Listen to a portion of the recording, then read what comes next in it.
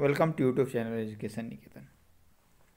आज के हम इस वीडियो में बिहार लोक सेवा आयोग के एक नोटिस जारी किया अपने वेबसाइट पर। यह नोटिस जगदीप कुमार अभय एवं अन्य बनाम राज्य सरकार एवं अन्य में 11/12/2020 को पारित पटना उच्च न्यायालय के न्यायादेश के अनुपालन के संबंध में जारी किया गया है। बेसिक कंटेंशन आपको बता देता हूं कि इस केस का क्या था। कुछ बच्चों ने बीपीएससी में एज के रिगार्डिंग कि बीपीएससी जब वैकेंसी निकाल देती है पिछले, तो पहले निकलता था 52वीं से 55वीं, 56वीं से 59वीं, 60 से 62वीं। इनका कहना था कि ऐसे में इनके जो मौके हैं जो प्रत्येक वर्ष मिलते इन्हें वो कम हो गए। इसके कारण 66वीं बीपीएससी में उम्र सीमा को लेकर उन्होंने आवेदन किया था कि उम्र सीमा को बढ़ाई जाए, जिसको उम्मीद थी पहले कि राज्य सरकार इस तरह का आदेश निकालेगी, लेकिन बिना आदेश निकाले नोटिफिकेशन जारी किया गया और अब 27 दिसंबर को इसकी परीक्षा भी होने वाली है, निर्धारित है। इसी को लेकर बच्चों ने पटना हाई कोर्ट में केस किया था, जिसके आलोक में पटना हाई कोर्ट ने बीपीएससी से जवाब मांगा था। बीपीएससी ने अपने पूरे रिप्लाई को वेबसाइट पर अपलोड किया है। उसी रिप्लाई को मैं आपके साथ साझा कर रहा हूँ। अब देखिए बीपीएससी ने क्या रिप्लाई बनाया है। बिहार लोक सेवा आयोग पटना द्वारा आयोजित की जाने वाली 66वीं संयुक्त प्रतियोगिता परीक्षा के अभ्यर्थी याचिकाकर्ता द्वारा माननीय उच्च न्यायालय पटना में दायर केस नंबर है में माननीय न्यायालय से मुख्यतः निम्न बिंदुओं पर रिलीफ की याचना की गई थी। जो मैंने आपको रिलीफ की याचना की गई थी वो मैंने आपको बता दिया कि क्या की गई थी। इसके बाद अब बीपीएससी ने इसका क्या रिप्लाई दिया है। पहले तो इन्होंने कुछ अपने जो एक्ट है बीपीएससी का, असैनिक सेवा कार्यपालिका शाखा एवं कनीय अधीन सैनिक भर्ती नियमावली 1951 के परंतुक में कुछ नियम बताए हैं।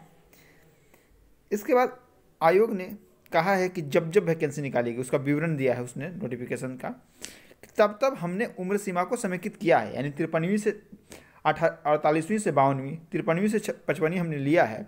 तो जितने भी बच्चे जो उम्र सीमा जिनकी समाप्त हो रही थी उस समय हमने उतने ईयर का उनको रिबेट दिया है, समेकित किया है। ऐसी बात बीपीएससी ने अपने रिप्लाई में कहा है। साथ ही साथ रिप्लाई में कुछ ऐसे ऐसे बिंदुओं का भी जिक्र किया है कि आप भी सोचेंगे कि जब केस जीतना होता है तो लोग किस तरीके के लॉजिक लगाते हैं। मैं उसी तथ्यों में से कुछ दिखला रहा हूँ आपको। अब इन्होंने जितने भी पेटिशनर हैं, याचिकाकर्ता हैं, उनको 53वीं से लेकर 65वीं तक उनके रिजल्ट को डाला है इसमें पेटिशनर का।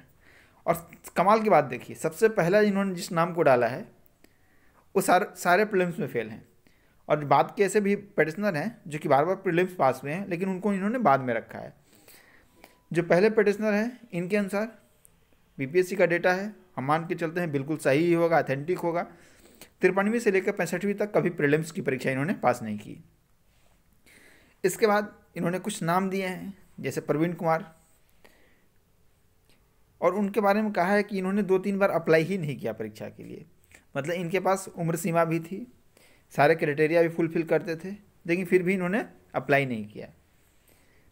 और इसका इन्होंने ग्राउंड बनाया है कि इनको मौका मिला, लेकिन इसका इन्होंने उपयोग नहीं किया।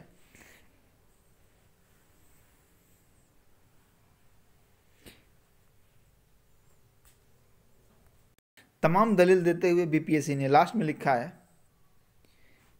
आप देख सकते हैं कि मेरिट वाली जो बात है इन्होंने दोनों ही लैंग्वेज में लिख दी है।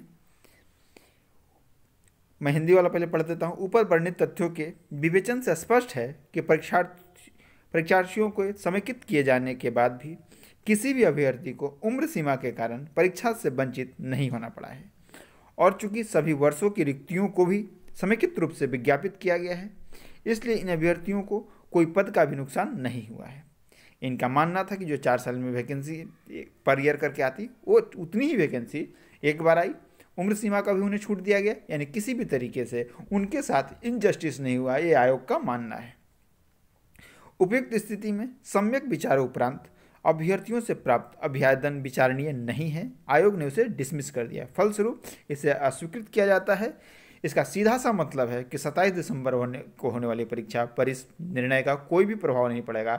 ऐसा माना जा रहा था कि अगर आयोग न्यायालय के जो मांगे गए हैं रिप्लाई, अगर उसमें कोई सकारात्मक जवाब देता है तो जो 66वीं बीपीएससी होने जा रही है उस पर प्रभाव पड़ सकता है। लेकिन आयोग की इस रिप्लाई के बाद लगता नहीं है कि कोई प्रभाव पड़ेगा।